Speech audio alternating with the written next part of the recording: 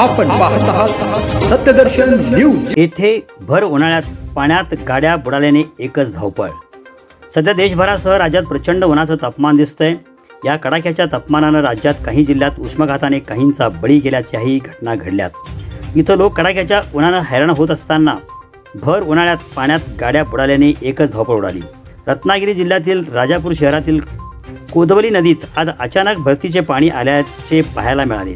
भरतीचे पाणी अचानक आल्याने नदीपात्रातील गाड्या पाण्यात अडकल्याचे पाहायला मिळाले। यामध्ये रिक्षा आणि चारचाकी गाड्या जशा पुराच्या पाण्यात बुडतात तशा बुडाल्या होत्या। यामुळे गाड्या मालकांचं मोठं नुकसान झाले। या प्रकारानंतर पाण्यात अडकलेल्या गाड्या काढण्याचे प्रयत्न सुरू करण्यात आले। मात्र भर उन्हाळ्यात अचानक रस्त्यावर पाणी कुठून आलं हे नागरिकांना कळेना। त्यामुळे नागरिकांची एकच धांदल उडाली। तर कोदवली आणि अर्जुना नदीमधील गाळ काढण्याचा परिणाम असल्याची चर्चा या गावात सुरू आहे।